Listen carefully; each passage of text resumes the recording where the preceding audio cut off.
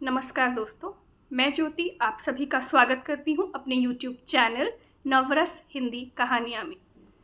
हम सभी के जीवन में बहुत अधिक महत्व होता है पुण्य और पाप कर्मों का। हम सब चाहते हैं कि हम सदा ही अच्छे कर्म करें, लेकिन यदि किसी कारणवश हमसे कभी कोई बुरे कर्म होते हैं, कोई पाप होते हैं, तो हम अक्सर रुक करते हैं प्रभु की शरण में। हम चाहते हैं कि प्रभु को हम अपने पुण्य और पाप कर्म दोनों ही समर्पित कर दें और उनसे हम प्रार्थना करते हैं मोक्ष की, उनकी शरणागति की।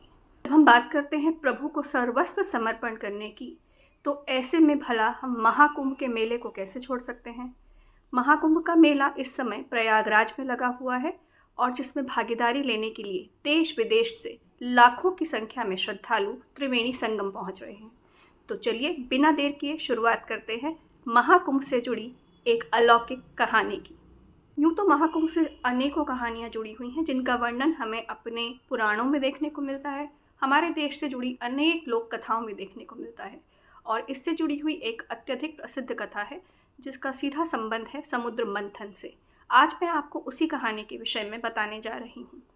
भगवान श्री विष्णु के कहने पर देवताओं और दानवों के बीच में जब समुद्र मंथन हो रहा था, तो इस समुद्र मंथन से सबसे पहले निकला हलाहल विष।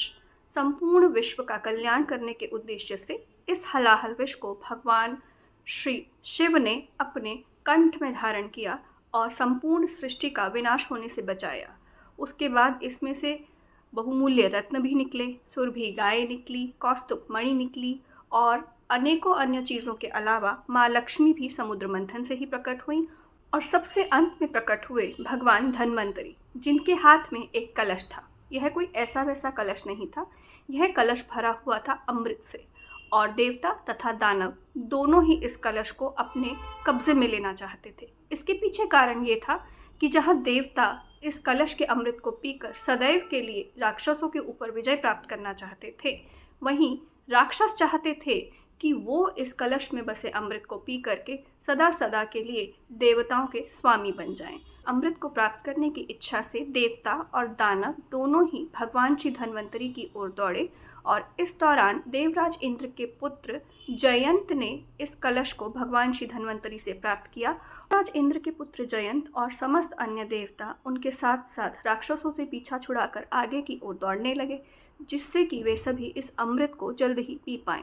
किंतु राक्षस भी उनके साथ साथ उनके पीछे पीछे दौड़ने लगे और इस तरह से अमृत को लेकर के राक्षसों एवं देवताओं के बीच में चीना झपटी होने लगी। इस दौरान जयंत अमृत कलश के अमृत को राक्षसों से बचाने हेतु अन्य देवताओं के साथ भाग रहे थे। उस दौरान इस अमृत कलश से अमृत की कुछ बूंदें धरती पर 4 जगह गिरी।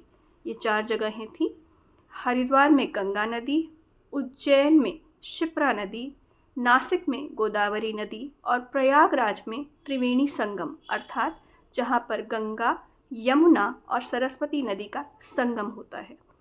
तभी से ही माना जाता है कि इन चारों धामों में, इन 4 जगहों पर ऐसी अतुल्य और अलौकिक दैवीय शक्तियों का वास हो गया, जहाँ पर कि इन नदियों के जल में यदि कोई व्यक्ति स्नान करे तो उसके जन्म जन्मांतर के पाप कर्मों का विनाश हो जाता है और प्रभु को समर्पण करने पर उस व्यक्ति को मोक्ष की प्राप्ति होती है।